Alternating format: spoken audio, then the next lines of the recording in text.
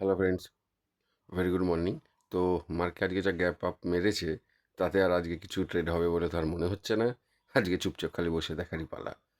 তো কালকে সামান্য কিছু হয়েছে। তো এই জায়গাটাতে কালকের অ্যানালাইসিসটা আমি বলে দিই। কালকে আমি ট্রেডটা নিয়েছিলাম কিন্তু ঠিক এই জায়গাটাতে আমি ট্রেডটা কালকে নিয়েছিলাম। তো এইটুক 12টা 12:30টার দিকে নিয়েছিলাম, এই ক্যান্ডেলে আমি ট্রেডটা নিয়েছিলাম। এই ক্যান্ডেলটা নিয়েছিলাম আর এই মোমেন্টামটা আমি ক্যাচ করেছি। যেহেতু নেয়ার এক্সপায়ারি ছিল, কালকেই এক্সপায়ারি ছিল, তো মালটা আমাকে বের করে দিতে হয়েছে। তো তাতে আমি 400-500 টাকা মতো প্রফিট হয়েছে। তো এখানটাতে আবার একটা এন্ট্রি এসছে, তো যেহেতু এক্সপায়ারি ছিল হোল্ড করতে হবে, তা সেই কারণে আমি নিইনি। যদি সামনের দিকের এক্সপায়ারি নিতাম তাহলে হয়তো আজকের এই গ্যাপ আপের প্রফিটটা আমি পেয়ে যেতাম, পয়েন্ট আমি ধরতে পারতাম। তো যাকগে, কোনো ব্যাপার না। মার্কেটে এরকম সুযোগ সবসময়ই দিতে থাকে আর টুকটাক করে পাওয়াও যায়।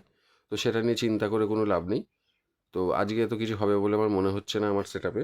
আজকে আমাকে চুপ করে বসেই থাকতে হবে। আর দেখা যাক কি হয়। যদি কোনো কিছু সেট আপে আসে তাহলে আমি অবশ্যই জানাবো। যদিও মনে হচ্ছে যে কিছুই আবার আসবে না। পিভট অনুযায়ীও যদি দেখি তাও এখানে সাপোর্ট রয়েছে, আসার কোনো সম্ভাবনা নেই। পিভট অনুযায়ী আসতে গেলে মার্কেটকে প্রায় মোটের উপর 23,000-এর কাছাকাছি আসতে হবে।